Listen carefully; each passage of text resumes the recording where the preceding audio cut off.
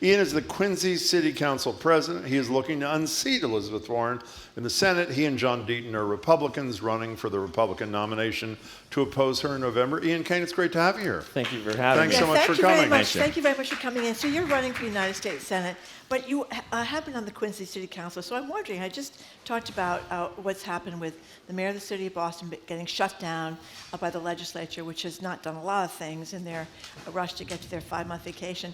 So what do you think about the situation? So I'll tell you what we've been doing in Quincy, that has made Quincy such a unique place. So we see the woes that are taking place in Boston for various reasons, whether they're policy decisions, their commercial activity, people have decided not to reinvest. Everything has changed during COVID. People are not working in the same ways as they had before.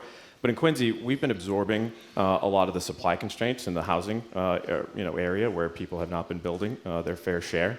And we've also absorbed a lot of commercial activity. We've been focused on growth. And I see, what's going on between Mayor Wu and the state legislature, and that's unfortunate. But we're really, in the seat that we're positioned, we focused on how can we best serve our residents, how can we continue to expand on the housing stock so that we can lower the values that we've seen increase over the past years, and continue supporting the city well. But I guess the basic thing is, why should the state legislature tell the mayor of Boston, if she wants to do this to help the taxpayers in Boston not have huge property tax increases, why should the legislature have anything to say about that?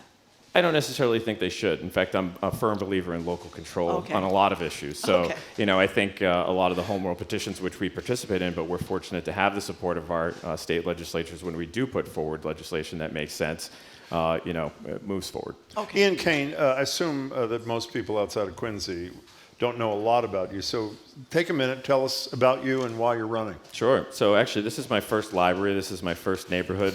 My parents met at a storied bar on Newbury Street called Daisy Buchanan's when I was very good. Yeah, so there's a lot of history here for me because they were married after a 3-week love affair. They were married on a rooftop on Margery Street. I went to preschool at Old South Preschool across the street. Romantic. Oh yeah. They're still they're 43 years this year, happily married. They were with me last night at a debate in Norfolk County and Dedham. But my mother grew up in Quincy. I'm a 4th-generation Quincy resident. I went to the public schools there, so their deal was after they got married, they were going to move out there. Went to BC High in Dorchester. I graduated from Boston College in 2004 with a degree in political science. Ended up going to Duke to pursue an MBA. Graduated in 2013. Professionally, in between that time, I've worked in venture capital and private equity across a number of spaces, including commercial real estate, energy, technology, and telecom. I was first elected to the city council in Quincy in 2015, so I'm in my 5th elected term. I'm in my 9th year. I'm currently the city council president. And 5 years ago, I started a technology-focused nonprofit, so we've been supporting tech founders in an effort to spurn entrepreneurship and innovation south of Boston, a global footprint from Quincy that helps economic growth throughout the region. Why are you running? So this is about ushering in the next generation of leadership. To me, we've watched a person like Elizabeth Warren over the past 2 terms in 12 years point blame at many different people, but I haven't seen many solutions come by the way. I wouldn't know her otherwise if she weren't pointing the finger at someone for something that they've done wrong. As soon as she got into that role, she was very much interested and focused on running for president of the United States. And at this point, I think that she's very out of touch with Massachusetts. She's consistently out of the state, raising money, focused on issues that are going to advance the nation, but not focused on Massachusetts primarily. But I was looking at your website, and some of the issues you highlighted, you care a lot about immigration, and I think you're aware that the reason there was not a comprehensive immigration bill, even after the Democrats agreed to some draconian positions, is because Donald Trump told the sycophantic Republicans to not vote for it. You talk about child care. She has been, I think you'd have to agree, a national leader on this. You talk about infrastructure. The Republican president, Donald Trump, couldn't do it. Joe Biden passed this huge infrastructure bill. So it seems to me, obviously feel free to correct me if I'm wrong, that the things you're most critical of her about are things that when the Democrats have been in power, they've made huge achievements on, no? So while there might have been politics at play in that specific legislation, that the immigration, Chuck Schumer progressive open border bill that she voted against, that didn't get to the heart of the problem, but she voted against it anyway, so it doesn't matter if there were politics being played. There was some funds that would have been available to Massachusetts, but it doesn't get to the heart of the matter that here we're dealing with in Massachusetts, that there's physical and financial burdens that are being put upon the Commonwealth of Massachusetts, which are putting us at a strain. And then we're neglecting those who are most vulnerable in our society now that our shelter system is overburdened.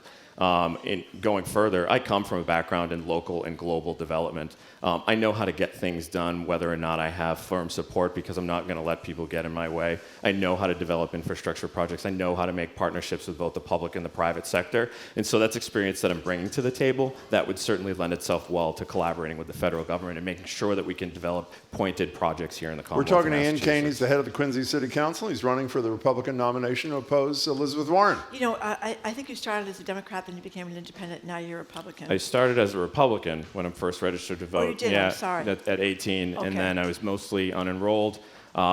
When I was first elected to the city council, which is a nonpartisan role, I did join the Democratic Party.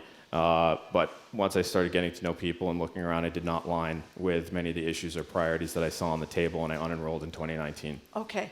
Well, the reason I asked you that is that you know there's not that many Republicans in Massachusetts, and certainly not very many elected officials who are Republicans up at the State House. Maybe we could use a few more up at the State House. Sure. But when you look at the Republican Party nationally, which is the senator you'd be part of, the Republican Party is against almost everything that polls show Americans are for, like reasonable gun control, background checks for guns, like health care reform, Obamacare, prescription drug reform. Climate is a huge issue, and as you know, the guy who's running for president is a climate change denier, and most of the Republican Party. Right now we're having a massive mess down in Florida, and Ron DeSantis, I don't think you're allowed to say the words climate change in the word of Florida. So what is it about the Republican Party that is attractive to voters who see in childcare issues as being very important and central? Yeah, for me, and I think if you took a poll and most people are interested in something that will bring value to their life, it's common sense.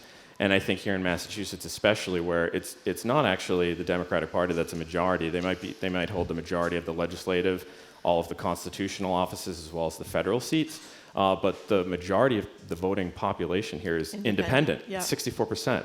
And so, you know, I'm looking at a landscape where either you've got people who are not interested in being a Democrat, or it's not fashionable to be a Republican. The Republican Party in Massachusetts has always been small. But how I view it is that we have gone so far off the deep end with policy decisions here in the Commonwealth of Massachusetts at both the state and the federal level that people are looking for a semblance of practicality, pragmatism, and common sense. And I think that can be developed from the Republican Yeah, Party. but she's talking about the National Republican Party, which is anti-majoritarian on almost every issue. One issue you left out was choice.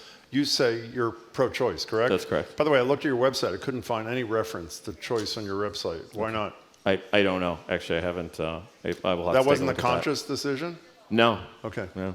Okay, but what's the answer to the question? I mean, you're joining, if you were to be elected, you're in a caucus that I think it's fair to say, on virtually every issue, they are against where the majority of the American people are. I'm here to represent the best interests of Massachusetts residents and then that of America. So I am firmly confident in the decisions that I make and that, you know, the analysis that I would take in any issue that comes So you'd before part me. ways with your fellow Republicans if you had to. I'm running to be an independent voice. I'm not running to be a partisan. That is the problem with Elizabeth Okay. Warren, is that she is so partisan. She's part of the problem. So how would you have voted on Kavanaugh, Coney Barrett, and Gorsuch, who were supported, I think, by every single Republican, except maybe in one case, either Collins or Murkowski? How would you vote So on if that? we're talking about Supreme Court justices that I'm into or otherwise, you know, I certainly view Roberts as someone that I would say is someone that uses modest jurisprudence and, you know, in his adjudication or application of law and the Constitution.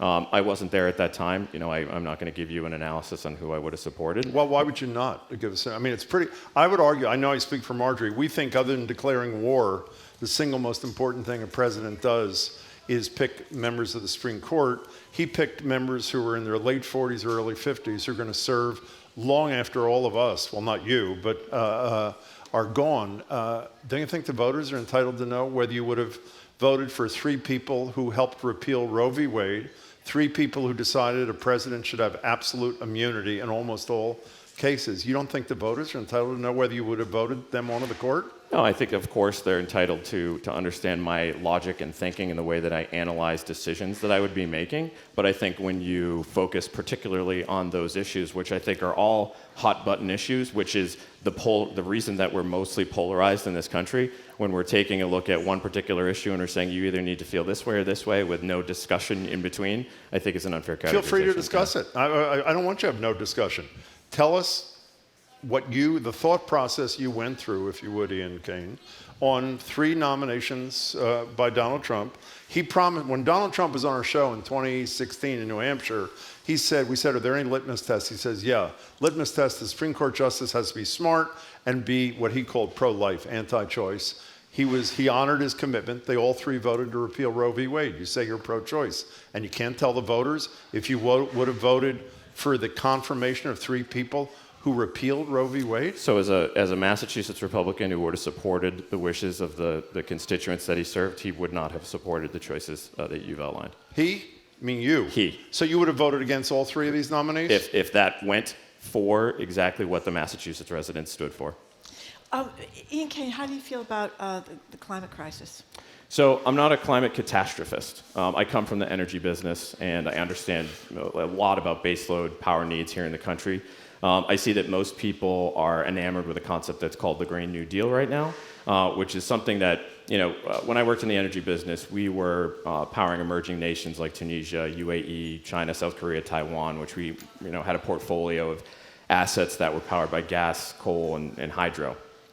We were looking at applications that we could enable an energy transition, something that's not as dramatic as we wish things could be, but something that could gradually be weaned down from our reliance on fossil fuel. But there are certain advantages I also see from looking at more domestic production, looking at alternative sources of energy like nuclear, so that we can make sure that we have adequate power and energy needs, especially in places where we have fragile infrastructure and we're relying on foreign power from Canada here in Massachusetts, fragile infrastructure and a grid, that we need to make sure that we have optimal energy for peak times in summer and winter.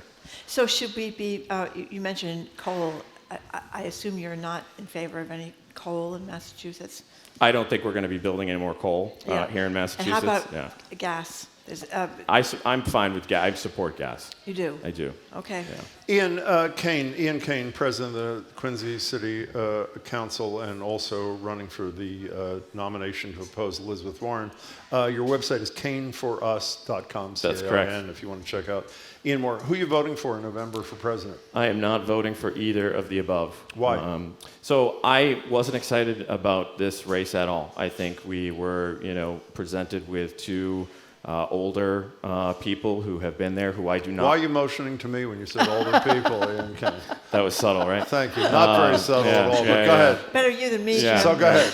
So I don't think they're representative of where we are as a nation and where we should be going as a nation. I don't think either are currently, and whether it was Biden or Kamala Harris, I don't think either of the parties are presenting a vision for the future. I think right now we're dealing in personalities, and it's more like a reality show than it is a true presidential So who are you voting election. for? I'm not voting for either. So are you voting for anybody, or? I might write you or Margery. In all seriousness, though, I've read interviews with you. You say you're sort of a Charlie Baker Republican. We got into arguments with Governor Baker almost every month about Baker taking the same position. He's not going to vote for either of them. What kind of message are you sending to a kid in Quincy or in Pittsfield or wherever, if you want to be a U.S. Senator, by saying, I'm not going to vote, and I'm essentially not casting a vote in the decision about who should lead our country for the next 4 years? Is that the kind of thing you want to be telling a kid? Well, the message is that I can and should work with anyone. I'm not going to Washington to be a partisan, as I've said from the get-go. But you have to make choices when you go to Washington. There's no perfect bill. Well, so are you going to abstain on all these bills? No, not at all. But my choice on this is I'm not voting for either. There's a third option. I'm not satisfied with that option. That is within my right as a U.S. citizen. Of course. But I guess the thing is, if you're running as a Republican in Massachusetts, and what the Republicans stand for, as I just went through the list, guns, climate, choice, Obamacare, prescription drug prices, all those things. The Republican Party is on the opposite side of those things. So why would we want to have a Republican senator and lose a Democratic senator to give voice to those positions that do represent most of Massachusetts voters. There's a lot more in what you just mentioned, and I think right now the two biggest issues that are on people's minds, at least where I'm talking to voters on the street, is illegal immigration, which has not been solved at the federal level. At the state level, we have our own problems that need to be solved that are not being addressed. And Elizabeth Warren has been handily silent on the illegal immigration issue, has not been vocal at all. So I'd be surprised tomorrow if she has much to say about this. Asked. Yeah, right. But also the economy. Right now, we're in a place where housing cost is ridiculous. Cost of living, just going to the supermarket, the price of goods, just trying to feed a family on a weekly basis. Your cost of insurance, both home and auto, are going up. These are things, inflation generally, these are things that need to be addressed. We're currently in a society that guides most of our young people to mortgage their life away at 17 and 18 years old without having alternative pathways to prosperity. There are opportunities here to create short-term training programs for young people so that when they might not be ready for college, they can go to a 6, 12, 18-month program and get jobs in cybersecurity, fiber training and technician. They could get jobs in trade, which are all jobs that need to be fulfilled. But there's a holistic thing here where it mostly comes down to how can we enable and empower people to live better and more productive lives, and that's what I'm focused on. Who's the Republican nationally that's talking about housing? I've not heard Donald Trump mention a word. Who's the Republican? About housing. I'm talking about housing right now. Okay. I mean, but I guess you'll be part of this. You'll be part of this party that is opposed generally for the things that people feel they need. For example, I mean, Elizabeth Warren, you're running against her, but a lot of women jumped for joy when she talked about having to pay only 7% of your income for childcare. We got a vice president that basically thinks that childcare is next to the devil in J.D. Vance. So you know what I mean? That's what you're running with that side. Well, you're also running with hyperbole. Also, that is what Elizabeth Warren does. It's a lot of ideas and things that don't necessarily always come to fruition, but there's always an idea. Okay. So that's what we're running against. Okay. Well, one last question. Margery asked you about the different party things. I understand your position about independence. You just became a Republican earlier this year. That's correct. Was that so you could run for the seat, or? That's correct. I mean, the intention was to get back to the Republican Party, and then I said no time like the present. Fair enough. We wish you a lot of luck. Ian Cain, tell us your website again, please. Cain for us, CAINFORUS.com. Thank you very much, Margery. Big fan of Quincy, by the way, I should say. Good. We love Come on Quincy. down. Yeah, I love Come the visit. Christmas lights Oh, down it's in the beautiful. center. Every Great year. restaurants, too. Yeah, some great restaurants. It's Good very to see much you. improved. Thanks so much. Thank Improved. It has Listen to you. improved.